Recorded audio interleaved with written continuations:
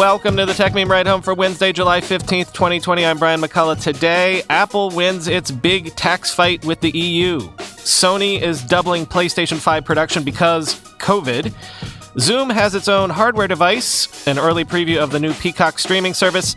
And forget 5G. Is it too early to start talking about 6G? Here's what you missed today in the world of tech.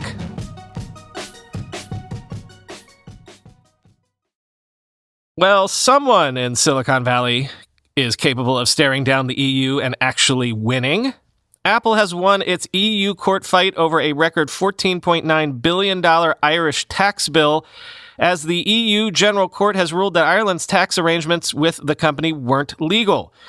Quoting Bloomberg, while the EU General Court's ruling can still be appealed, judges delivered a stinging attack on the European Commission for failing to show, quote, to the requisite legal standard that Ireland's tax deal broke state aid law by giving Apple an unfair advantage.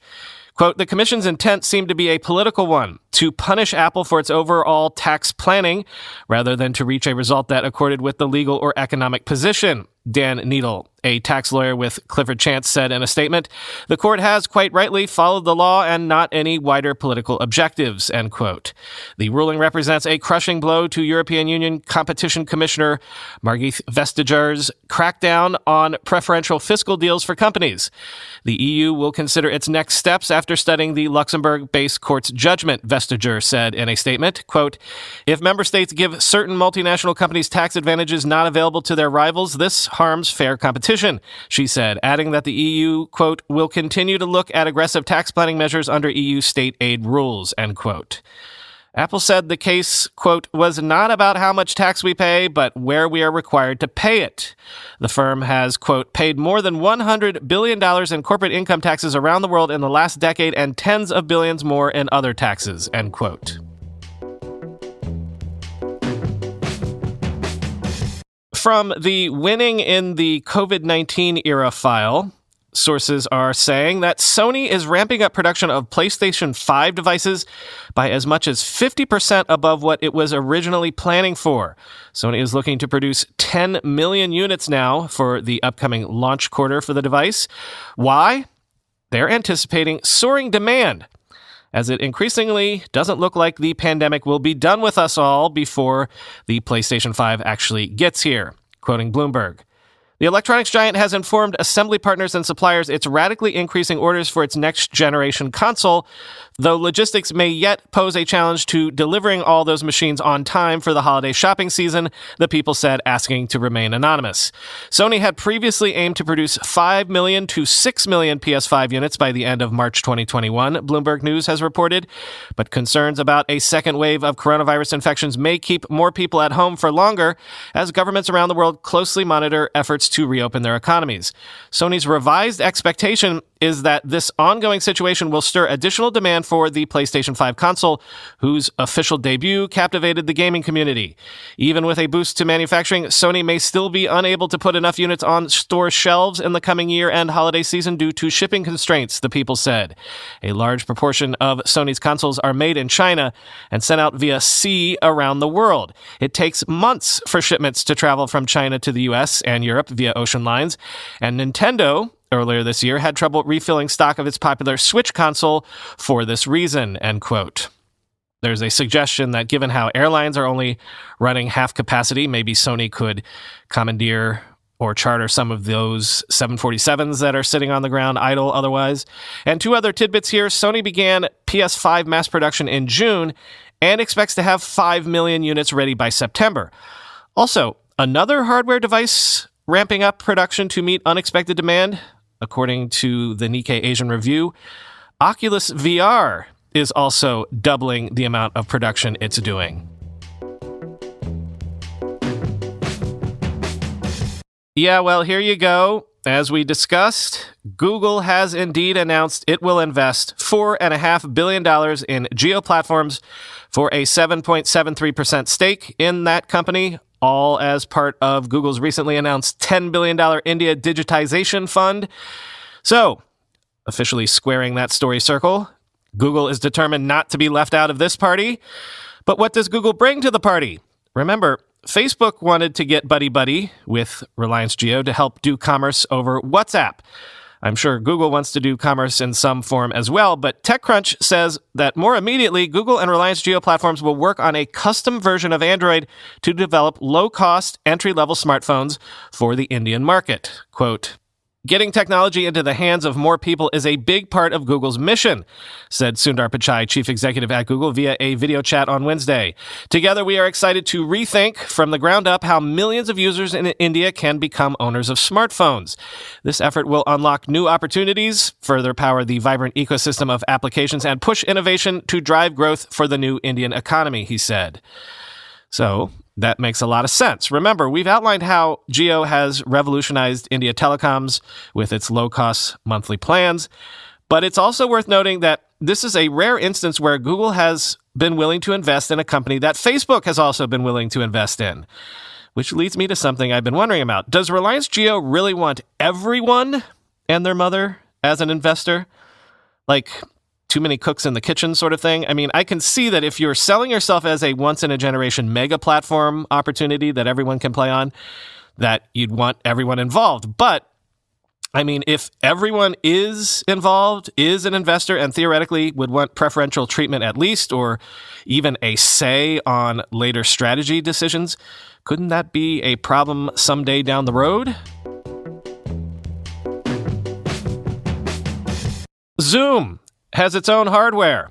Zoom has unveiled a $599 all-in-one home communications device called the Zoom for Home DTEN-ME, with a 27-inch screen, preloaded Zoom software, 8 microphones, and 3 wide-angle cameras. Quoting TechCrunch, Jeff Smith, head of Zoom Rooms, said that the idea is to offer an appliance that you can pull out of the box and it's ready to use with minimal fuss. Quote, Zoom for Home is an initiative from Zoom that allows any Zoom user to deploy a personal collaboration device for their video meetings, phone calls, interactive whiteboard, annotation, all the good stuff that you want to do on Zoom. You can do it with a dedicated purpose-built device, Smith told TechCrunch. He says this is designed with simplicity in mind so that you pull it out of the box and launch the interface by entering a pairing code on a website on your laptop or mobile phone. Once the interface appears, you simply touch the function you want, such as making a phone call or starting a meeting, and it connects automatically. You can link it to your calendar so that all your meetings appear in a sidebar, and you just touch the next meeting to connect. If you need to share your screen, it includes ultrasonic pairing between the appliance and your laptop or mobile phone. This works like Bluetooth, but instead of sending a radio signal, it sends out a sound between 18 and 22 kilohertz, which most people can't hear, to connect the two devices, Smith said, end quote.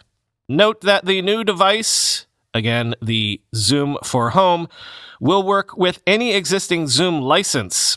So, not that you would, but don't buy this if you're not already a paying Zoom user. Pre-orders are being taken starting today, and the device will ship next month. Paul Josephak snarked on Twitter, quote, I never thought I'd say I'd prefer having Facebook Portal or Alexa listening in my house, end quote. But here we are, I guess.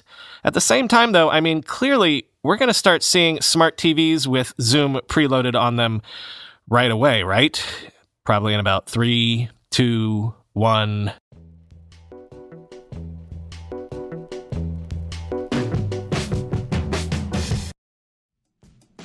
I want you to go talk to Tiny even if you don't have a business of your own to sell. Tiny Capital is in the business of finding incredible businesses to invest in or to take over and run. So if you point them in the direction of a great company, you'll get credit. All you have to do is email Tiny, pitch them on the company you'd like to introduce them to, and they'll confirm that they haven't spoken to that company in the past, and then you'll get credit if a deal ends up going through. What do I mean by credit? How about Tiny will pay for a trip around the world for you and a friend? What about Tiny will buy you your dream car of varying degrees of absurdity? Or how about cold hard cash ranging from $25K to $500K and more and a finder's fee? The scale of your credit depends on the size of the deal, of course, but look, just send Tiny an email, tell them about this great company they might be interested in. It's super easy. Go talk to Tiny at tinycapital.com. And when you get in touch, tell them Brian sent you. Whether you're working from home or working on your fitness, you want what you're listening to be what you're listening to, not what everyone else is subjected to. But before you go dropping hundreds of dollars on a pair of new headphones, you need to check out the wireless earbuds from Raycon. I told you my wife ganked my first pair of Raycons, so I had to get a second. And now we fall asleep each night listening to our own separate podcasts on our own separate Raycons. You already know Raycon earbuds start at about half the price of any other premium wireless earbuds on the market, and that they sound just as amazing as other top audio brands you know.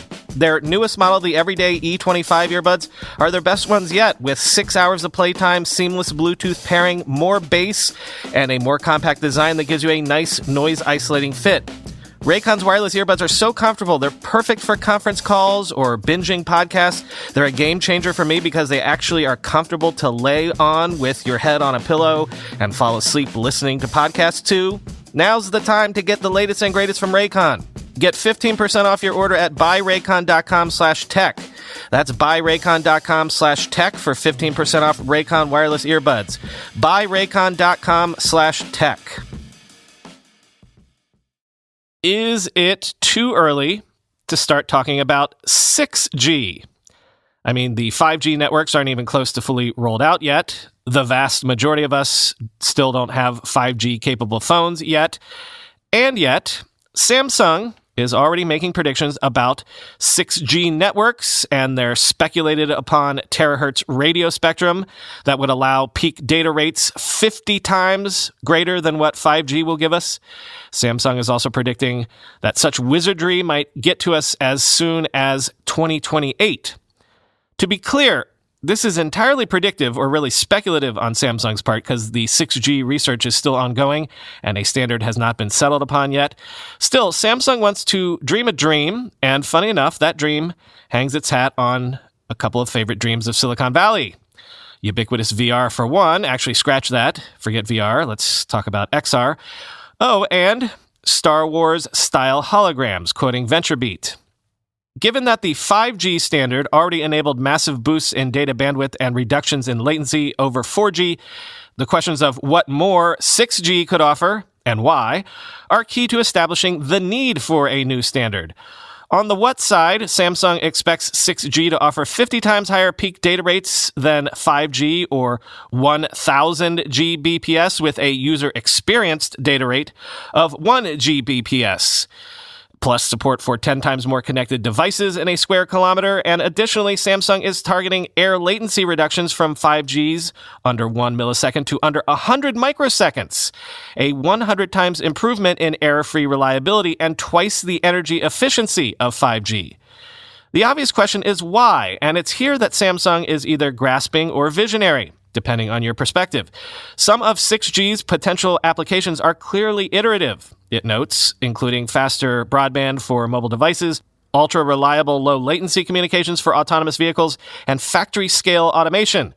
Better performance of 5G's key applications will appeal to some businesses and consumers, as will support for next-generation computer vision technologies that well exceed human perception. Samsung suggests that while the human eye is limited to a maximum resolution of 1/150th degree and view angle of 200 degrees in azimuth and 130 degrees in zenith, multi-camera machines will process data at resolutions, angles, wavelengths, and speeds that people can't match, eating untold quantities of bandwidth as a result. On the human side, Samsung also suggests that 6G will be needed to enable truly immersive extended reality, as next-generation XR headsets will need around 0.44 Gbps throughput to power human retina-matching 16 million pixel displays. That's more individual bandwidth than what 5G networks can guarantee.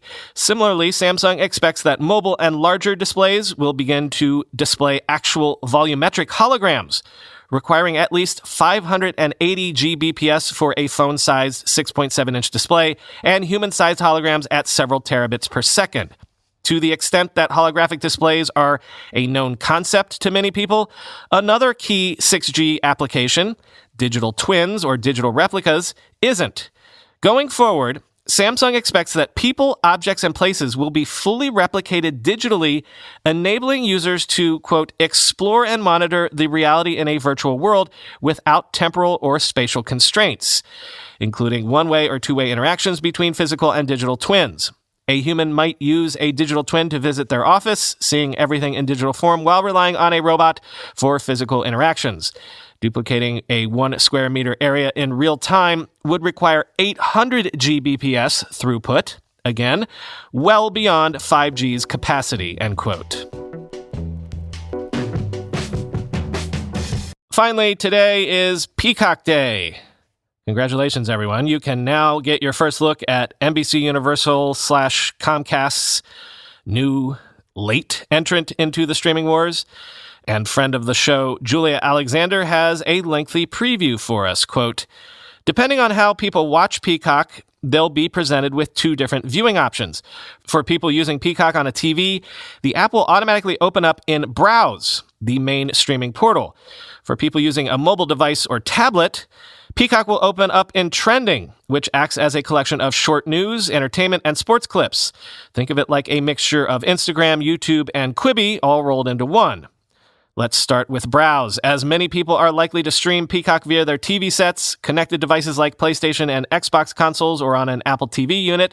The Browse section isn't particularly inventive or impressive, but it works. Anyone who's used Netflix or Hulu will already have a concrete understanding of how to use this particular section of the app. What it does accomplish, however, is showcasing NBC Universal's impressive catalog. It's a treasure trove of IP laid out in an easy-to-navigate fashion that aggregates a ton of good TV in one place. In that way, Peacock succeeds at reminding people why it should become an app they'll open consistently. The first 4 tabs, featured, TV shows, movies, and kids, cater to that audience. It's the 5th and 6th tabs within the browsing section that offer a little bit more insight into how Peacock differentiates itself from its competitors beyond content alone. Peacock has a dedicated news and sports tab, and most days those tabs will be populated with live programming. On the news side, the top tile, that's what Peacock's team is calling the main slot at the top of the page, will likely change to NBC's newly announced 24-hour Today Show programming. Today all day. For sports, a similar design will be used, but when it comes to high-profile exclusives like Premier League matches, those live events will have their own tile at the top of the Browse homepage with prominent promotion of the games, end quote. But also, Peacock has actual dedicated channels, and that's where it's a bit interesting, I think, quoting here from CNET. Peacock has channels of TV, but those aren't live streams of its networks. Instead, they're curated feeds of shorter programming or full episodes organized around themes. One channel, for example, like Today All Day, which mixes clips from NBC's Today Show with original segments for Peacock by the show's hosts. Other channels are based on The Office, Saturday Night Live, and Keeping Up with the Kardashians, all stocked with clips, or things like The Tonight Show, True Crime, or Bob Ross with full episodes, end quote. So got that? Full episodes of The Office won't be coming to Peacock until next year, but right now, there's already a 24/7 channel devoted to nothing more than an unending lazy Susan of clips from The Office. Clips make a ton of sense for things like SNL, right? Or for, say, segments from Shark Tank, or actually any sort of reality show, come to think of it. So for all the snark that I and others have leveled at Peacock for entering the streaming wars late, I mean, they are bringing some pretty ambitious experiments to the table here. As Matt Singer tweeted, quote, Peacock has a Nicolas Cage section and is therefore the best streaming service to date, end quote.